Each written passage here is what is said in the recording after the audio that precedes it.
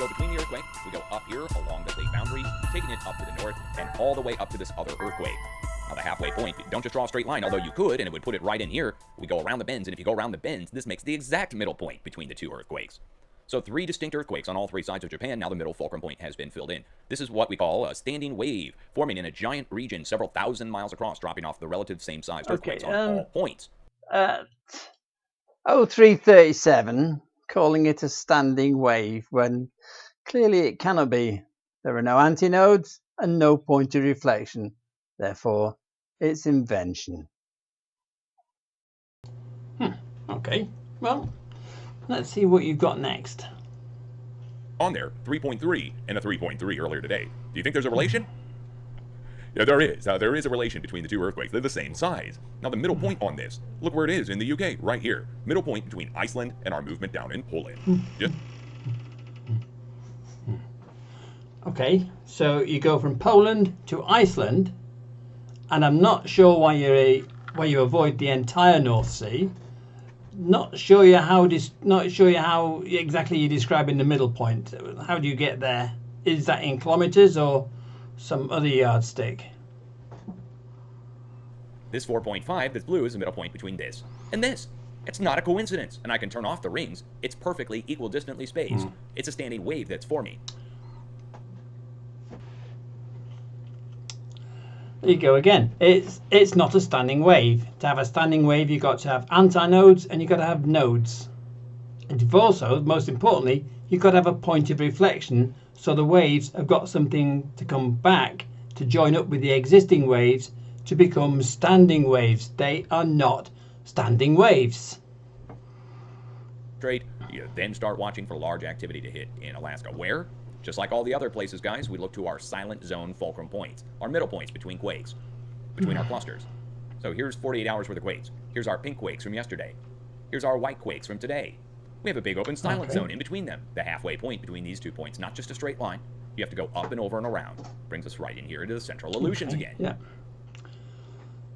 Right, the silent zone in the Aleutian Islands. Now, come on. The USGS, they report that in the last 30 days, there have been 6 earthquakes alone, ranged between 4.5 and 5.5 in the last 30 days. It's odds on. You're betting one's going to appear. It's very good odds. It would be no surprise statistically. That's not predicting. Like we get earthquakes every week or even every month over in South Carolina. The reason South Carolina got hit, this happened before the storm came ashore, by the way. So this is like hours and hours before. The storm's still out here to sea, and it's coming over on the edge of the continental shelf. And then next thing you know, we get an earthquake, same size that strikes in the Midwest at the New Madrid seismic zone. You're tying hurricanes to earthquakes. It just goes to show that you're stretching the very fabric of tea leaf convention a little bit too far. Are you so much in need of possible factors? Obviously, the science of earthquake prediction is letting you down, boy. The East Coast. So what happened? Piezoelectric discharge from the plate into the storm. Imagine this is the taser and this is the perpetrator of the storm coming in, and it starts to intersect with the edge of the plate, and the full discharge of the plate goes up into the storm.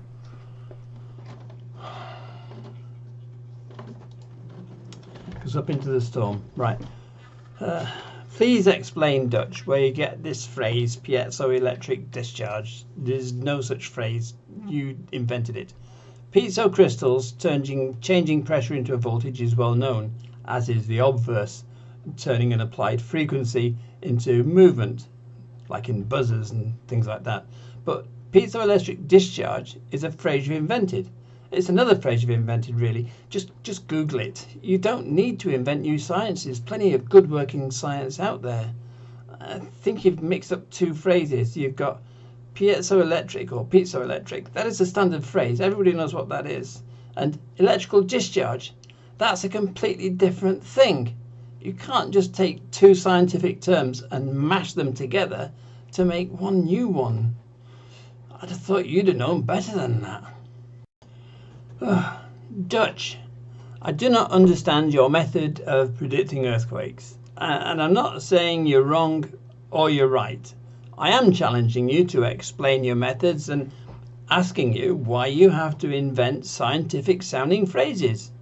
There are a lot of qualified geologists in the world, and I imagine many of them would love to know exactly where and when the next good earthquake is going to be, so that they can monitor it closely and learn more science. Unlike you, my friend, they are not inventing science. Now, in this video, I have tried to be civil and polite, and I hope you'll respond in kind and teach me something about what it is you do, how you do it, and maybe even why you do it. And I guess I wouldn't be the only person that would be interested. You have a good day, my friend, and I'll catch you again.